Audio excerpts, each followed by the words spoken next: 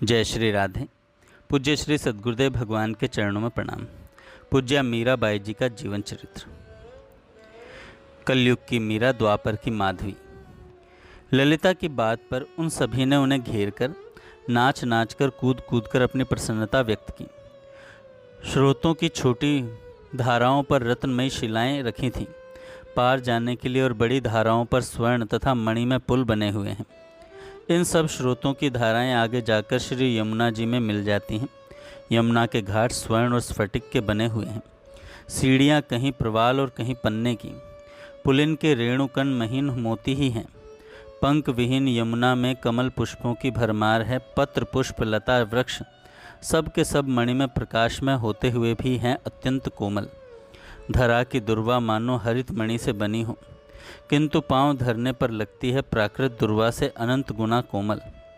जिस ओर भी दृष्टि जाए सर्वत्र सुंदरता, मधुरता, कोमलता, दिव्यता ही छाई है। कभी कभी उसे लगता है कि जो कुछ दिखाई देता है सब श्याम सुंदर ही है। पवन, पानी, धरा, गगन, पादप, पुष्प, वन, वंचर, विहंग सब में उसे श्याम सुंदर की झांकी दिखाई देती है। यहाँ तक कि सखियों और श्रीजी में भी वही दिख पड़ते हैं। कभी किशोरी जू ही सब में प्रतिबिंबित होती और कभी दोनों युगल। केवल नाम मात्र सुन लेने से पशु पक्षी प्रेम परवश होकर ऐसे रोमांचित हो जाते हैं कि उस समय उन्हें पहचान पाना कठिन हो जाता है कि यह किस जाति का पक्षी अथवा पशु है। मीरा को तो सखियां श्याम सुंदर और श्री किशोरी जू भी रत्न में प्रतीत होती हैं। उनके कुंडलों का प्रतिबिंब कपोलों पर स्पष्ट दिखाई देता। उनके दांत हिरक, खंड, अधर, प्रवाल और देह पुष्पराग और नीलमणि निर्मित दिखाई देती थी, किंतु उन देहों की कोमलता, स्निग्धता और मधुरता अचिंत्य है। जब श्री श्याम सुंदर श्री किशोरी जू के साथ विराजते होते तब एक दूसरे की देह द्युति के कारण आधे आधे अंग हरित वर्ण के दिखाई देते। वहाँ जड़ कुछ भी नहीं था, सब कुछ चैतन्य, चिन्मय और दिव्य था। युगल दंपत्ति के सुख के निमित्त लीला में जब जैसी आवश्यकता हो वैसा ही स्वरूप समस्त चल अचल धारण कर लेता था। जैसे जिस भूमि खंड में अभी शरद का विलास है, वहाँ कुछ ही देर बाद श्याम सुंदर और रासेश्वरी के पधारते ही बसंत का वैभव छा जाएगा। लीला की आवश्यकता अनुसार पेड़ पौधे, लता अथवा पशु पक्षी कोई भी उपकरण बन जाते हैं। ललिता के साथ कुछ ही पद चलकर उसने देखा कि जल स्रोत के समीप शिला पर एक अर्धमूर्छित किशोरी पड़ी है। उसके दीर्घ कृष्ण केश भू लुंठित पड़े हैं और सुंदर नेत्रों से अजस्त्र वर्षा हो रही है। उसी समय चंपा वहां आई। उस किशोरी को उसने बाहों में भरकर उठाया। मीरा ने देखा कि वह माधवी है। चंपा ने उससे परिचय पूछा और यह जानकर कि वह सुंदर की बहू है प्रसन्न हुई। उसने कहा, इस प्रकार धीरज खोने से कैसे चलेगा बहन? तुम अकेली ही तो नहीं हो। जो सबने खोया वही तुमने भी खोया। यूँ धीरज खो दोगी तो कैसे बात बन पाएगी? जब श्याम सुंदर आएंगे तो क्या मुख लेकर अब उनके सामने जाओगी? दूसरी बहनों से मेरी क्या समता बहन? वे सब भाग्यशालिनी हैं, उन्होंने कुछ पाकर खोया है। मुझ अभागिनी ने तो पाने से पूर्व ही खो दिया। खोकर भी उनका घट परिपूर्ण है, और यह दुर्भाग्यनी तो सदा रीति ही रही। आहा, आज ब्रज में सब अपने अपने दुर्भाग्य को सबसे बड़ा समझ रही हैं, मानो दुर्भाग्य की होड़ लगी हो। किंतु तुम अपनी बात कहो तो मैं कुछ समझूं। इन आंसुओं के पन्नारे की जीभ नहीं होती, मुख से कुछ तो कहो। माधवी के नेत्रों की बरखा रुकने में नहीं आती थी। चंपा के बहुत अनुरोध प्रबोध के बाद वह कुछ कहने का प्रयत्न करती तो होठ फड़फड़ा कर रह जाते। किसी प्रकार वाणी की अधिदेवी भगवती सरस्वती सदैव होती तो हृदय का बांध टूटकर शब्दों को धो बहाता। चंपा ने उसके केशों को संभाल कर बांधा, चुनरी का छोर भिगोकर मुख पहुँचा। पत्र पुटक में जल लाकर उसके होठों से लगाया और हृदय से लगाकर प्यार भरी झिड़की दी। आहा, कैसा रूप दिया है विधाता ने दोनों हाथों से। इसे इस प्रकार नष्ट करने का क्या अधिकार है तुझेरी? यह तो अपने ब्रज वल्लभ की संपत्ति है। बात पूरी होने से पहले ही माधवी बुरी तरह रो पड़ी, मानो प्राण निकल ही जाएंगे। उसकी यह हालत देखकर चंपा भी अपने को रोक नहीं पाई। उसके धैर्य ने मानो हार मान ली। आंखें बरबस बहने लगी, यह सोचकर कि इस प्रकार तो यह मर ही जाएगी। उसने अपने आप को संभाला, अब मार खाएगी तू मुझसे। यह कहते हुए उसका मुख ऊपर किया। क्या है, मुझसे नहीं कहेगी? क्यों कहेगी भला, पराई जो हूँ। कहते हुए चंपा के नेत्र भर आए। ऐसा मत कहो, मत कहो। माधवी के कंठ से मरते पशु सा आर्त नाद निकला। फिर कह, पहले अपनी आंखों का प्रवाह था, अन्यथा एक भी बात मैं समझ नहीं पाऊंगी। माधवी रुकते अटकते शब्दों में भरे कंठ से सारी व्यथा, अपनी दुर्भाग्य कथा कह गई। यह रूप, इसकी सराहना सुनकर हिये में होली जल उठती है। बहन, मेरा दुर्भाग्य सीमाहीन है। तुम सबके दिन आशा के सहारे कट रहे हैं, किंतु मैं प्रतिदिन निराशा के गहन गर्त में विलीन होती जा रही हूँ। न जाने कलिकाल कितनी दूर है, न जाने कहाँ जाना होगा, कैसे किसके सहारे। भवा टवी की भयानक अंधेरी गलियों में अवलंबनहीन माधुरी पुनः चंपा की गोद में सिर रखकर रोने लगी। चंपा कुछ देर तक उसे गोद में लिए बैठी रही। सचमुच ऐसा प्रबल अभाग्य तो ब्रज के पशुपालन का भी नहीं रहा कभी, किंतु इसे ऐसे ही कैसे छोड़ दूं? सुन माधवी, उसने कहा, कलिकाल चाहे कितनी दूर हो, तुझे जहाँ जाना पड़े, जैसे भी रहना पड़े, मैं तेरे संग चलूँगी और संग रहूँगी। बस अब रोना बंद कर। मेरी बात सुन, श्याम सुंदर कभी किसी के प्रति चाहकर भी कठोर नहीं हो पाते। अवश्य ही इसमें कोई तेरा हित है। उनकी दया, करुणा, कोमलता, मधुरता, कृपा की घनीभूतता स्वरूपा ही श्री किशोरी जी। चल मेरे साथ चल। उनके चरणों के दर्शन चिंतन मात्र से ही विपत्ति का भय नष्ट हो जाता है। उठ, उसने हाथ पकड़कर उठाया। जीजी, आपने मेरे लिए कलिकाल में, लोकालय में। अरे चुप, अब एक भी बात नहीं बोलेगी तू बहन? मैं और तू क्या, हम सभी एक ही माला के फूल हैं। हम सबका दुख समान है। श्री किशोरी जी का सुख ही हमारा सुख है और उनका दुख ही हमारा दुख है। चंपा उसे लेकर बरसाने के राजमहल में श्री किशोरी जी के पास ले गई। प्रणाम के अंतर चंपा के मुख से सब कुछ सुनकर उन्होंने माधवी के सिर पर हाथ रखा।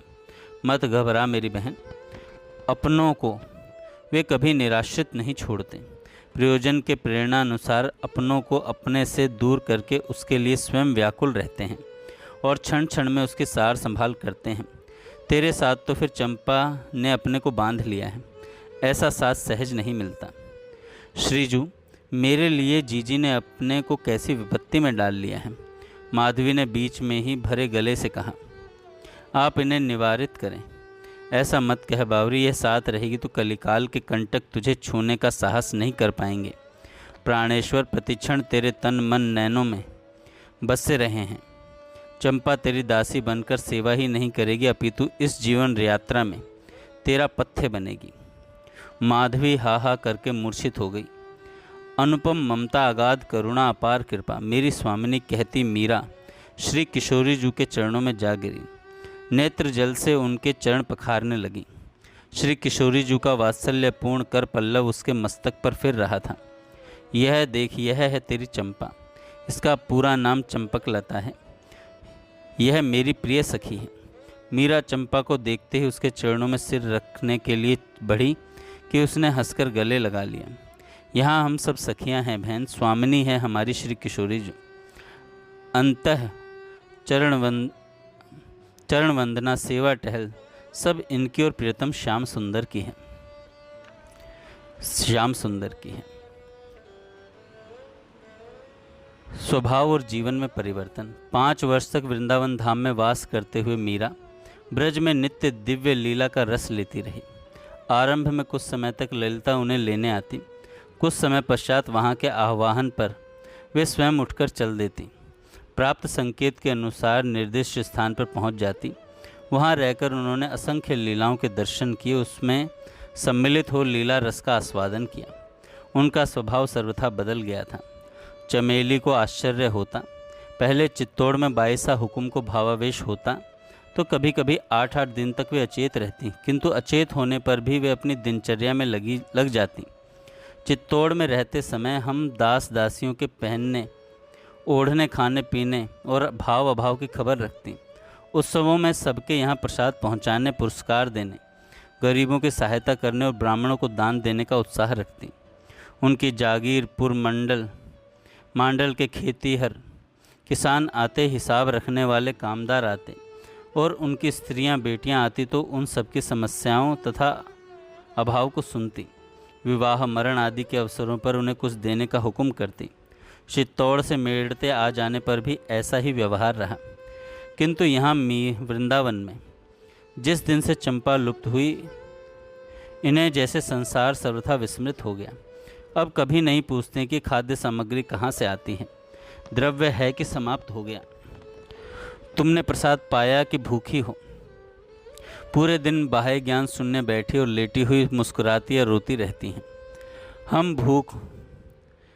हम मुख में कुछ दे दें तो जैसे तैसे चबाकर निगल लेती हैं। जल पात्र मुख से लगाएं तो पी लेती हैं। कीर्तन के स्वर या संतों की उपस्थिति ही इन्हें सचेत करती है। ऐसे यह देह कितने दिन चलेगी, किससे पूछें। एक दिन उनको तनिक सचेत देखकर चमेली ने पूछा, यह चंपा कहाँ मर गई भाई सा हुक्म। मीरा ने घबराकर उसके मुख पर हाथ रख दिया। उनके लिए ऐसी बात मत कह चमेली, अपराध लगता है। चमेली चकित नेत्रों से स्वामिनी की ओर देखने लगी। चंपा के लिए उन शब्द, वह आदरणीय कब से हो गई। उनके लिए अपनी बहन जैसी बराबर वाली से कुछ कहने पर अपराध क्यों और कैसे लगेगा। उसने मन ही मन कहा। फिर उसने सहमते हुए मीरा से कहा, वह कहाँ चली गई एकाएक, इसी से ऐसा कह गई। जहाँ से वे पधारी थी वहीं वे चली गईं। मीरा ने गदगद स्वर में कहा। उनकी देह रोमांचित हो उठी। चमेली को लगा मूर्छित होकर गिर पड़ेंगी। चंपा के पधारने की बात करते करते वहीं कहीं उसे अभी आदर युक्त संबोधन न करने लग जाएं, इस भय से वह वहाँ से हट गई। एक दिन उन्होंने अपनी सेवक सेविकाओं से कहा, यह वृंदावन साधारण भूमि नहीं है। यहाँ ठाकुर जी की कृपा के बिना निवास नहीं मिलता। तुम किसी के प्रति मन, वचन, काया द्वारा अवज्ञा मत कर बैठना।